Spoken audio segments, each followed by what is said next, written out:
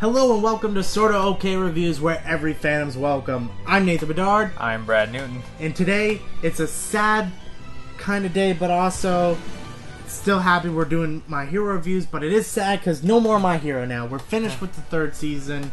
It's going to be at least 2019 before the show comes back, probably. Yeah, I mean, so we got a double episode review today that leads up to the final.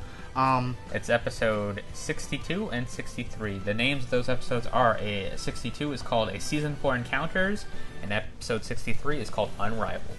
Yeah, so what we're going to do is we're going to go over the episodes briefly, because I personally think that My Hero season finales aren't ever this big grand thing. They're more a setup for the next season. They're more a setup for the next season. So we're gonna go into the little brief things about the episodes, and we're gonna give just like a quick thing on what we thought of this season. Alright, episode 62 is Season 4 Encounters. This one was kind of a weird one, because the first half of the episode, it goes over, we're going through this guy's life, who we learn is actually twice.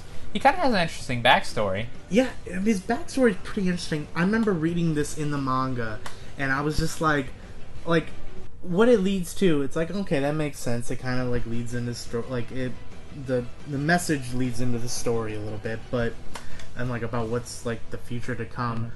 But it's also like, oh, this was kind of really random, though. Yeah. Like, it really was random. But, yeah, he had an interesting story. I remember it's like, he doesn't even know if he's the original guy, because, you know, he's basically multiple man.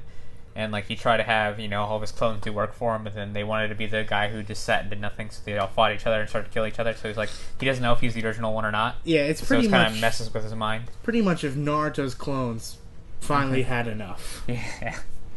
So, yeah, we get that, and he ends meeting Overhaul, which is going to be a big villain coming up. Overhaul in the next season is going to be incredible. I cannot wait. I've seen his color scheme from, like, manga covers and stuff like that, but seeing in the anime, I'm like, oof, I get like a Renaissance Joker vibe. Even though he doesn't act like the Joker, like, yeah, like, it looks cool. It looks cool. Yeah. So, yeah, we get him, and we see Overhaul and his group of villains killing another group of villains for being fake villains. He's like... So, and then he takes them there. He takes them, actually, in the next episode to meet his group. So that was the first half of the episode, was, you know, focused on Twice and him meeting Overhaul. The second half, it's like, okay, Midoriya's house arrest is over. He's over? And his 3 days are up. I'm pretty sure he already met Mirio in the last episode. And then so he's like, since Midoriya's back, you know, Bakugo still got one more day of house arrest. So, but my side, I was like, okay, since Midoriya's back, it's time to introduce you to the big three. And don't we go to, like, the principal has, like, this big thing? Oh yeah, he announces they're going to be doing hero work studies. Hero work studies. So pretty much it's a little bit more intensified than their internships. It's because, like, you know, they were just there for like a week. They just lightly worked with them, but now that they have, like, the people that are doing it have their provisional licenses, they can actually do work with them. Like, if there's a crime, they can really work hands-on with them and really start to get an experience of what it's like. And we kind of get a little glimpse of the UA Big Three, but then I believe then Midoriya is like I'll take everyone's trash. No, that was Bakugo.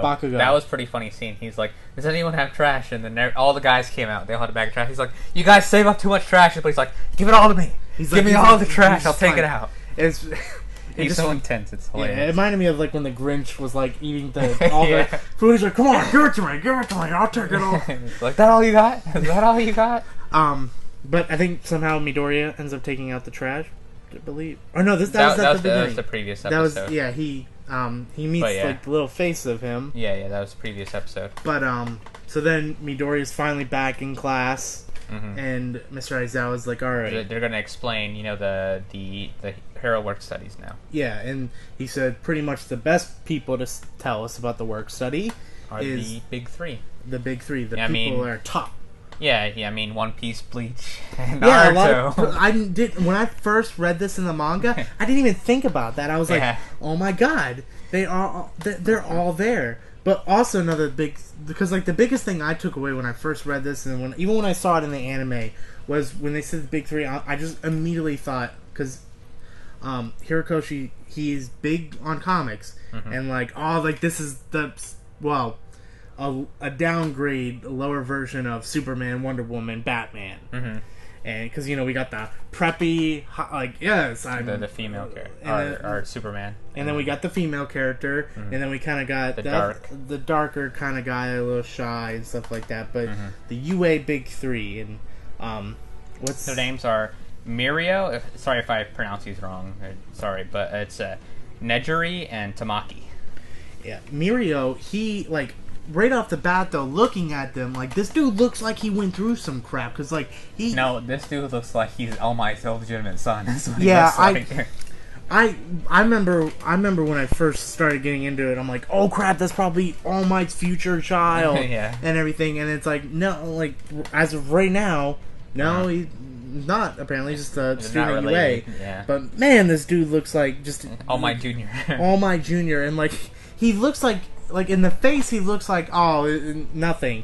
But, like I said, when you look at them, he's bulky. He's pretty huge. And on top of that, he kind of has, like, scars like Midoriya on his arm. Like, what is this dude's power, and what has he gone through?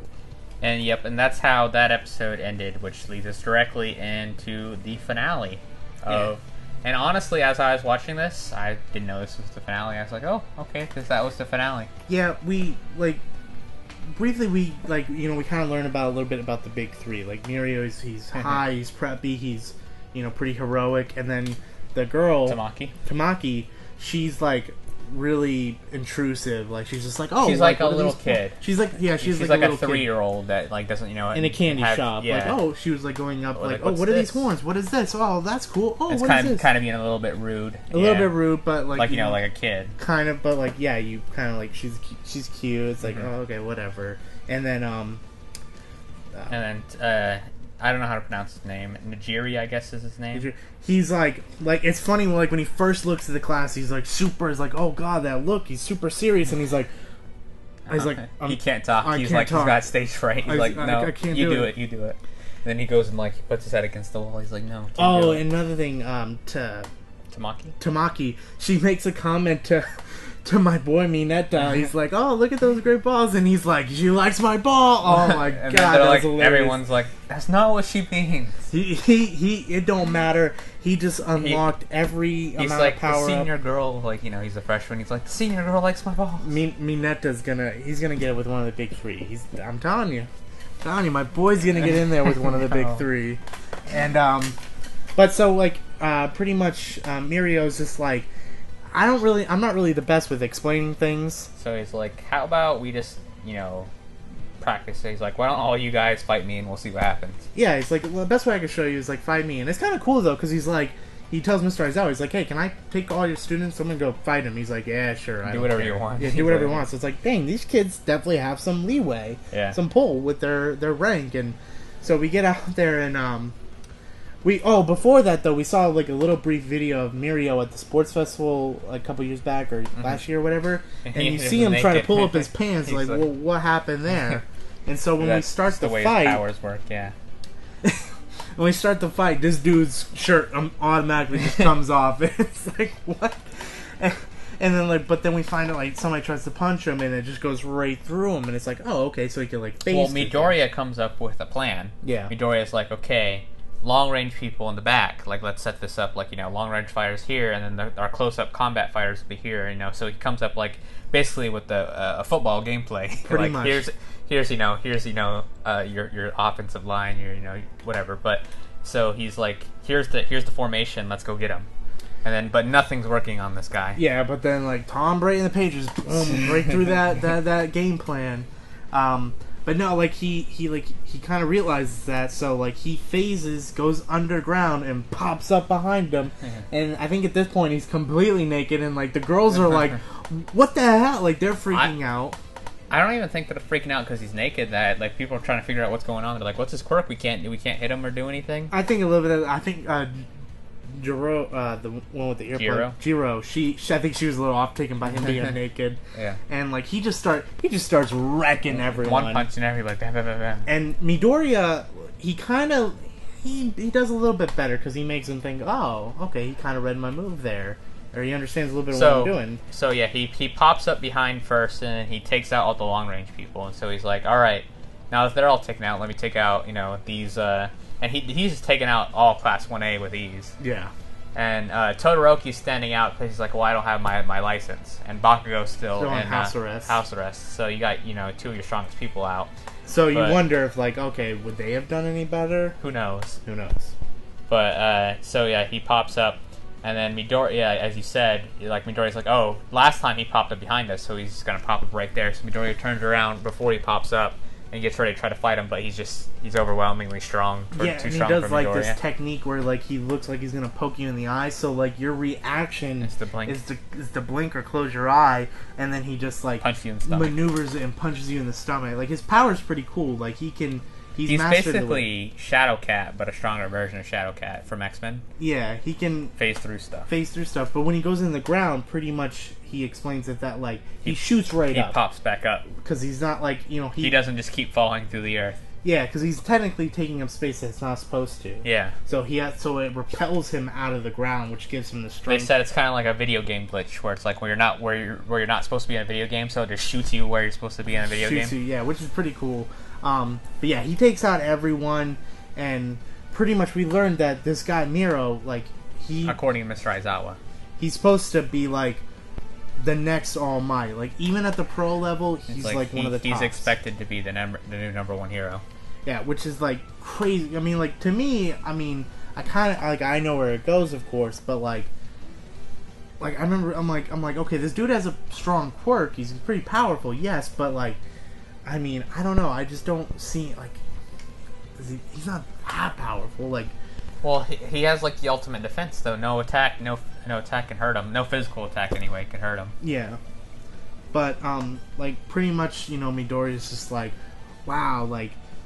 And you could see he's worked hard to get where he is. Like you said, he had scars all over him, and he explained how his power works. And he's got to consciously say, okay, my left foot stepping forward can't go through anything. So he has to control every different part of his body about what can phase and what can't phase. Yeah. So that's why his clothes always fall off, because his clothes are phasing through him. Yeah, and so pretty much we like kind of get the typical at the end. He's like, it's been a crazy thing. I gotta get stronger. And Midoriya's like, hey, I need to Gran Torino, can you be my can I intern with you again? Before that, I just think one of the funniest things is Mirio was like during the fight, he's like, sorry ladies, he's like, I tried to do that as fast as possible so you wouldn't see my wee wee. He's very like, he's kind of like, so say with the big three, he kind of represents Superman in a sense of like, he's like, I was trying not to show my wee wee. Like that'd be like something Superman I felt like would maybe say. That was pretty funny. He's like, yeah, I try to end that as quick as possible. But pretty much Midoriya's just like, Gran Torino, can you take me back as a intern again? And he's like, no, can't do it, I'm busy. And he's like, well, who can? He's like, well, All Might had an apprentice. He's like, All Might's got connections. Like, you're the apprentice of the number one hero. Use that connection. Yeah, and we pretty much, and then we get the shot of did they say his name right? Well, I think he's Overall? He's Nightcrawler. I think he's Night. I don't know. But anyway, we get it ends with Overhaul being introduced to the head guy, Shigaraki? Yeah, Shigaraki. Yeah, like so like they meet and they're like, hey, we want you in our group, like maybe get some plan. Not Night Eye, I think that's his name, Night Eye. We get a shot of Night Eye. And like his one of his assistants is really cute. Like the blue girl, like I was like, dang, she's pretty cute. But we pretty much, and then like that ends the season, and pretty much we get this thing like, oh hey, thanks for an awesome season. Get ready for the next one. So I'm excited. We knew we were getting season 4. It's not really that big of a surprise. But it's nice that we got the official announcement. Yeah, it's nice we got the official announcement. I think we'll get it probably around next year, same time. I think probably around April. I think it'll just start coming up because like Bones has got the money for the show now. They got the approval and everything. So I think they're doing a really good job. But so overall impressions of season 3. I loved it. I think there definitely was moments where it died, like where season 2, it just kept building up and building up and building up, like from the thing to thing. This one just had better like moments though, like the All Might and All for One thing was just out, like probably the best moment in the series. Anime history, right there. Like it was incredible, and especially when Deku fought Muscular, another great, awesome moment. See, that one for me, I didn't have the same reaction as everybody else, but that's just because I'm weird, I guess. But yeah, we don't. He's probably off the show soon. But no, like that moment was awesome, and then like just like the animation, of course, is really popular. The summer camp arc, so great. It kind of died a little bit during the provisional license. Still fun though. Still cool to see Midoriya kind of. I like that's where it benefited Midori. You really saw his progress start, and then also that kind of the ending though with the Bakugo and Midoriya thing. That was also really amazing. Another great moment. But I'm excited for season 4. So if you had to rank the seasons, I'd say number 1, the best season is season 2 for me. Yeah, I'd still say season 2 like better it's close. overall season. It's close, but I think season 2 is the best season so far. Season 2 is better overall season. Then it would go season 3, then season 1. I agree. But if I had to go best moments in the season, definitely season 3, season 2, season 1. Yeah, I do think the All Might, All for One, All Might's last stand is probably the best moment in the series. But, and not to spoil anything, but season 4 is going to be incredible. We're going to get some really great storylines. We're going to get some really great characters. So I can't wait to see it. Yeah, I have no idea what's happening next, so I'm on that ride. Definitely get ready. Make sure you mark your calendars when they announce season 4. It definitely should be coming soon, from what I've heard. But that's going to do it. It sucks. It's over. I want more My Hero. Yep. Well, they need time to make it, make that animation on par. Yeah, at least I got the movie. We get the movie when it comes out on Blu-ray. We can hopefully go buy it. So that's gonna do it for us. And as always, if you would please hit that subscribe button at the bottom of the corner of that screen over there, and there'll be another review up right here for you to check out. So thank you very much for watching the video. Have a good day, and plus ultra.